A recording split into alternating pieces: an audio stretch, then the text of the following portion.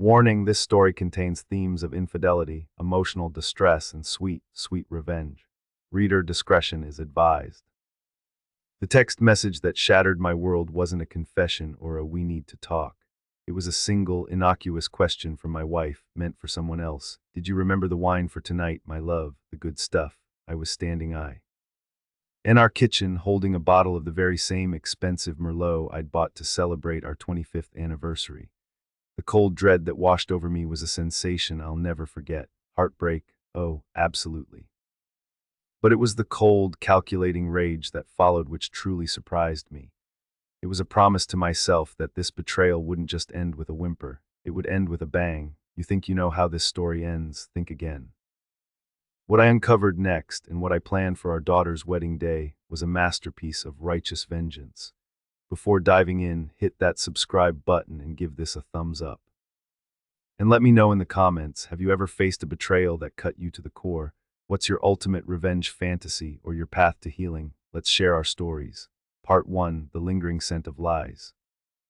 My name is David, and for 25 years, I believed I was living the American dream. I wasn't a millionaire, but I was comfortable.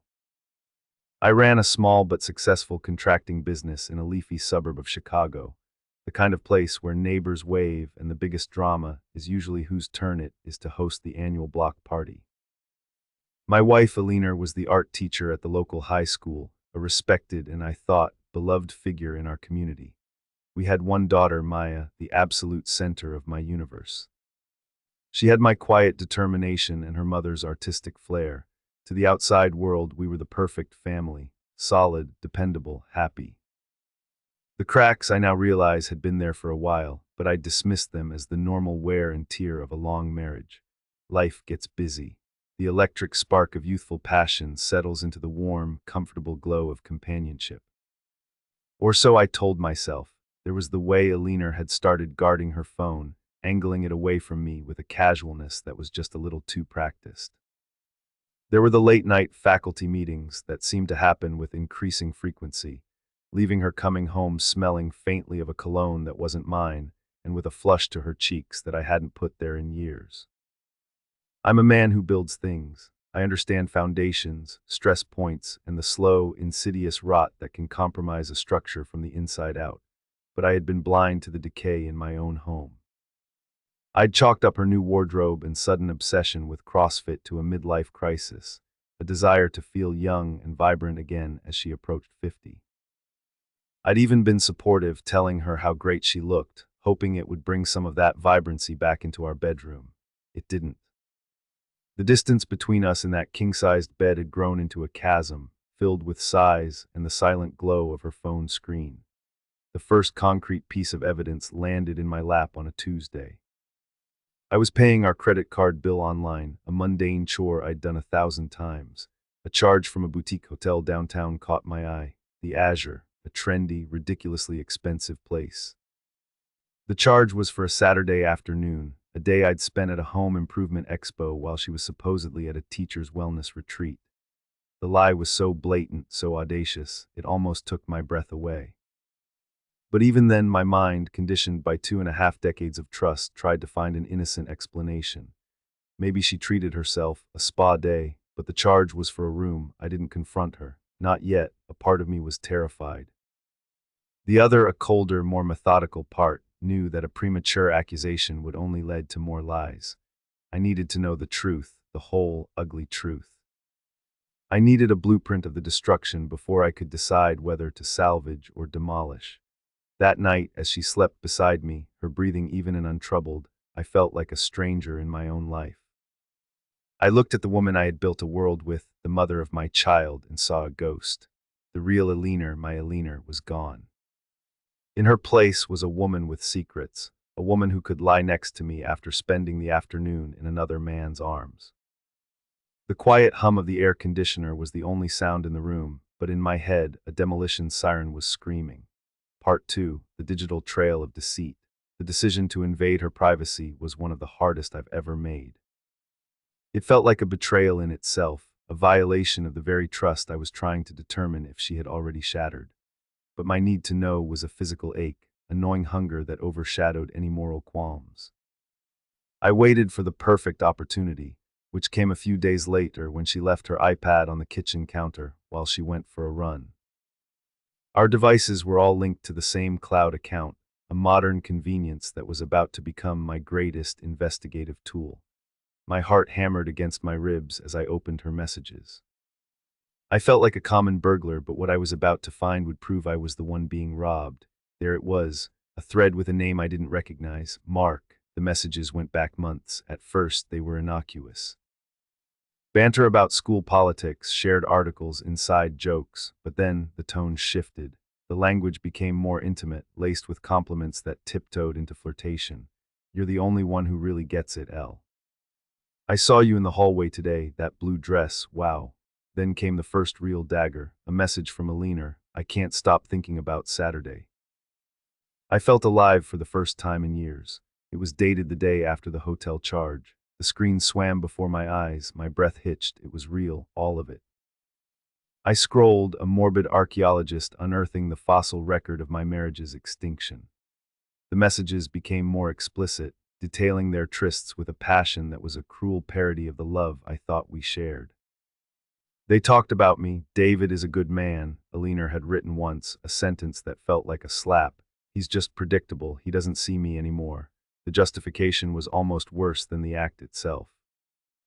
I didn't see her, I saw her every day. I saw the woman I'd worked my fingers to the bone for, the woman I'd held through sickness and celebrated in triumph. I saw her so clearly I had missed the stranger standing in her place. And then I found out who Mark was. Mark was Mark Brewer, the charismatic, recently divorced history teacher from her school, the man we'd had over for dinner. The man who had shaken my hand, looked me in the eye, and complimented my grilling skills while he was sleeping with my wife.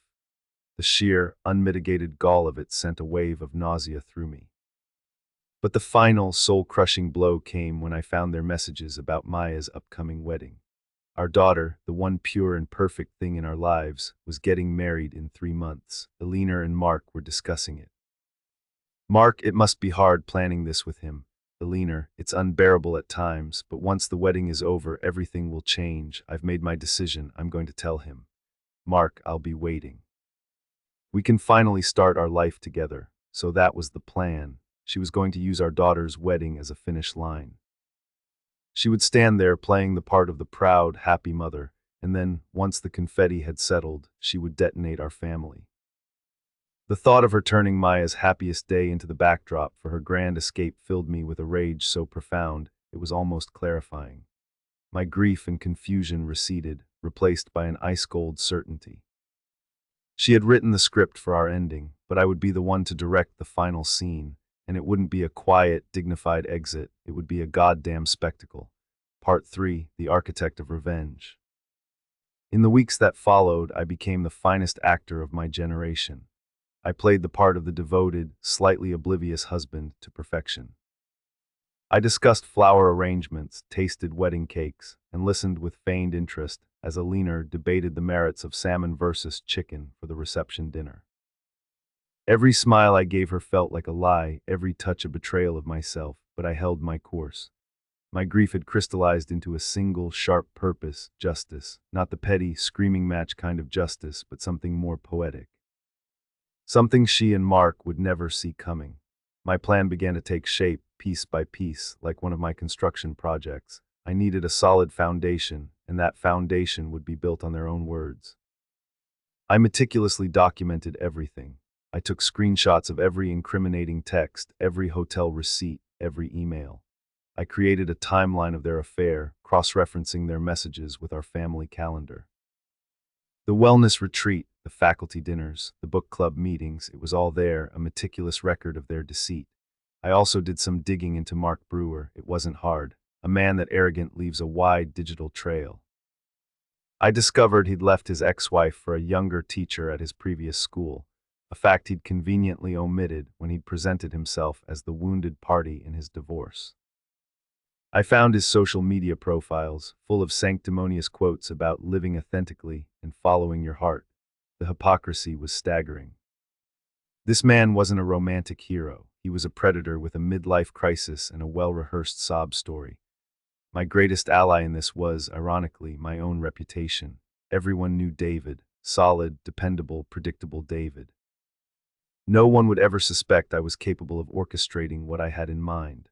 I became a ghost in my own life, observing, gathering, planning. I even used my skills as a contractor. I found a small, discreet GPS tracker, and one evening while Alina was in the shower, I placed it in her car.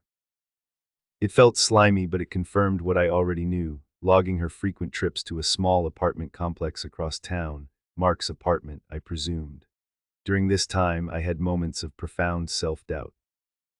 Was I becoming a monster? Should I just confront her, have it out, and move on? I'd look at my daughter, Maya, so full of hope and excitement for her future, and my resolve would harden. Alina's plan was to hijack Maya's wedding, to taint the memory of her special day with the sordid details of her affair. She was willing to sacrifice her own daughter's happiness for a clean break. My plan, on the other hand, was designed to protect Maya. The fallout would be immense, yes, but it would be on my terms, contained and directed at the guilty parties. The secret would come out, but it would come out as a surgical strike, not as the shrapnel from Alina's selfish bombshell. I thought back to our own wedding vows. In sickness and in health, for richer or for poorer, I had meant them. I had lived them. She had taken those vows and set them on fire. And as the father of the bride, I realized I had one last, very public platform to speak. The traditional father of the bride speech. A moment for heartfelt sentimentality, for teary-eyed reminiscences. Hers would be a moment for something else entirely. It would be a eulogy for a marriage and the unveiling of a lie. Part 4, The Calm Before the Storm. The week of the wedding was a surreal blur. The house filled with family, flowers, and the nervous, joyful energy that precedes a major life event. I moved through it all like a man in a dream, my public face a mask of paternal pride, my inner world a churning vortex of anticipation and dread.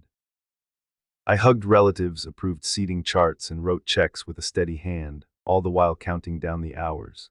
Alina was in her element. She flitted about, the gracious hostess, the doting mother, accepting compliments on the beautiful venue and her impeccable taste. Watching her was like watching a stranger. She would catch my eye across the room and give me a small, conspiratorial smile, as if to say, "We did it. We raised this wonderful daughter." And I would smile back, my heart a lump of ice in my chest. In one particularly galling moment, her sister, my sister-in-law, pulled me aside and gushed, "You two are the gold standard, David. 25 years and still so in love." "It gives us all hope," I just nodded, the irony a bitter pill on my tongue. Mark, of course, was on the guest list. He was Alina's dear colleague and friend. He arrived with a bottle of champagne and a self-satisfied smirk. He shook my hand again, his grip firm, his eyes full of a pity that made my blood boil. "Big day, David," he said, clapping me on the shoulder. "You must be so proud." "You have no idea," I replied, my voice even, my gaze unwavering. For a split second, I saw a flicker of something in his eyes, confusion perhaps, but then it was gone, replaced by his usual smug confidence. He thought he had won. They both did. The night before the wedding, Maya came to find me. I was in my workshop, ostensibly fixing a loose chair, but really just trying to find a quiet space to breathe. She wrapped her arms around my neck from behind, her cheek resting on my shoulder. "Nervous, Dad?" she asked, her voice soft. "A little," I lied. "It's a big deal letting my little girl go." "I'm not going anywhere," she laughed, "and I'm so happy. Ben is a good man, solid, dependable, kind of like you." Her words were a fresh stab to the heart. I had tried to be that man for her mother. "He is," I said, my voice thick with emotion. "You two are going to have a wonderful life. Thanks to you and Mom," she said, squeezing me tight. "You guys showed me what a real partnership looks like. All my friends with divorced parents are so cynical about marriage, but I never have been. I had you." I closed my eyes, fighting back the tears. The guilt was a physical weight pressing down on me. Was I about to destroy her beautiful, innocent view of the world, of us? But then I thought of Alina's plan to tell me after the wedding. To let Maya go on her honeymoon believing a lie, only to come home to a shattered family. No, my way was better. It was surgery, not a slow-acting poison. It would be a clean cut. It had to be. "I love you, Pumpkin," I whispered. "I love you too, Dad." As she left, I looked at the note cards in my hand, the ones with my speech written on them. It was time for one final edit. Part 5, The Wedding March. The day of the wedding dawned bright and clear, a perfect late spring afternoon. The ceremony was held in a beautiful botanical garden, the air thick with the scent of roses and the promise of new beginnings. I walked Maya down the aisle, her hand tucked into the crook of my arm. She was radiant, a vision in white, her eyes sparkling with a happiness so pure it almost made me break. For those few precious moments, I let myself forget everything else. I was just a father, overwhelmed with love and pride, giving away his greatest treasure. I watched her say her vows, her voice clear and strong. I watched her new husband, Ben, a fine young man, look at her as if she were the only person in the world. I saw my own parents, married for 53 years, dabbing their eyes in the front row. And I saw Alina sitting next to them, playing the part of the proud mother to perfection, a single, artful tear tracing a path down her cheek. Beside her in the second row sat Mark, looking on with a proprietary air that made my stomach turn. The reception was at a grand old country club. The food was exquisite, the music was lively, and the champagne flowed freely. I made the rounds, accepting congratulations, laughing at jokes, and deflecting questions about how I was holding up. I was a pillar of stoic paternal strength. Inside, I was a coiled spring. As the main course was cleared, the DJ, a cheerful young man with a microphone, announced, "And now, a few words from the proud father of the bride, Mr. David Miller." A wave of applause rippled through the room. I saw Maya smile at me, her eyes shining. I saw Ben give me an encouraging nod. I saw Alina give me a look of fond exasperation, as if she expected me to deliver my usual brand of corny, heartfelt dad jokes.